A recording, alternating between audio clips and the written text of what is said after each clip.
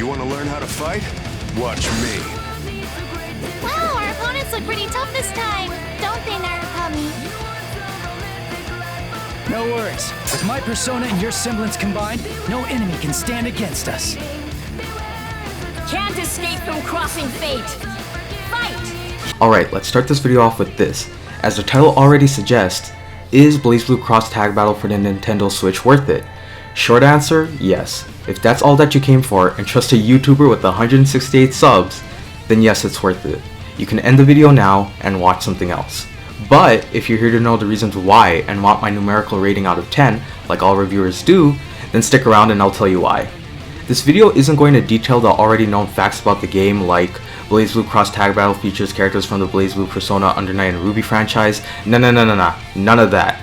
Instead, this video will show you how this game performs, its positives and negatives, and some gripes I have detailing the Switch version.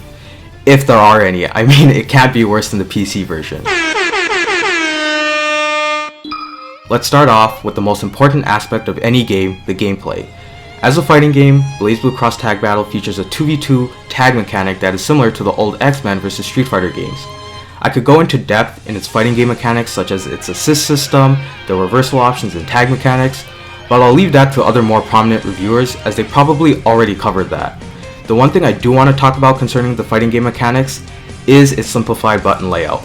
Similar to another of Arc System Works' games, Dragon Ball FighterZ. As players so eloquently put it, there's a universality to the roster. Each character has simplified special move inputs, an overhead heavy button, a reversal option, and auto combos to boot, both light and medium. Which isn't necessarily a bad thing considering it'll be easier for new players to pick up and play, while for the veteran gamers they can try out new characters for a change.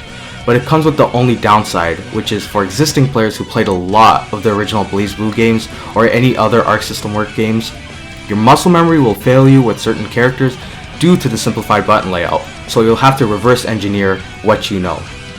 So the meat of the game, which is the fighting, is a net positive. How about its offline and online options? Offline, you don't have much to work with, as this game has no arcade mode. Players will either have to lab all day in practice or training mode, hone their character combos in trials and against CPU players in versus, or play the story mode over and over again.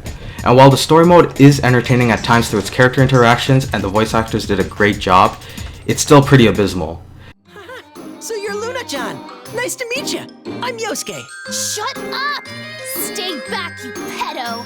Pedo? Hanamura-kun, you really are the worst. What? No, that's not... Why are you moving away from me? Etu Satonaga? Yeah, a fighting game with a shit story. What's new? Well, usually the story aspects in Blazblue games are pretty good, but it's understandable as to why the story doesn't hold up to the original core franchise, considering it's hard to make a competent story with the mix and matches of 3 other series. The story mode has a section for each franchise, and while each episode allows a more focused aspect on the series' respective characters, the gist of it is, oh, we are stuck in this world, defeat the same final boss for each episode, and that's about it. The story mode hosts 4 different endings for the Blazblue path, as whatever choices you make during the story changes the game's ending. And for the other paths like Persona, Under Night, and Ruby, there are no options. It's just a straightforward beat enemies chapter to chapter, and all of them get the one ending, compared to the 4 that Blazblue has. Which is to be expected as Blazblue does lead the charge in a game titled Blazblue Cross Tag Battle. Still, the game is pretty flawed for its offline single-player aspects. But how is online? You know, the life of any fighting game post-arcade era? Surprisingly, it works really well. Considering the Switch has no LAN cable port for an Ethernet connection, Switch users have to succumb to the dreaded Wi-Fi connections, which is the bane of any fighting game online. But as I said, the few matches I did play online, as long as you have a strong Wi-Fi connection and match up with someone who has a decent connection as well, the matches shouldn't be that bad. In terms of controls while playing on the Switch, it isn't half bad either. Playing with the Joy-Cons undocked and playing with the Pro Controller docked, the responsiveness from both controls are great. Hell, I finished a majority of the trials undocked, and the ones I did do, I fully completed them.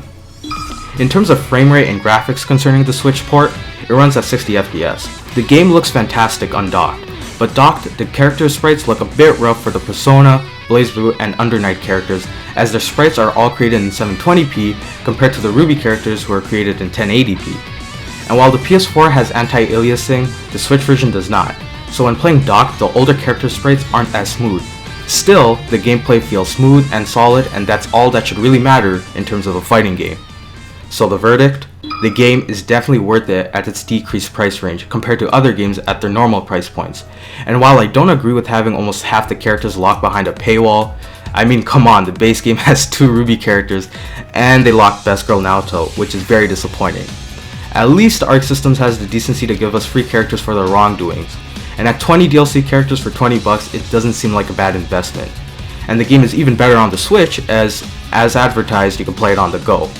I'd rate Blazblue Cross Tag Battle for the Switch a 7.5 out of 10, which on my scale is pretty damn good. Thanks for watching, guys. More content to come soon as E3 is quickly approaching. That's it for now. Yammers out.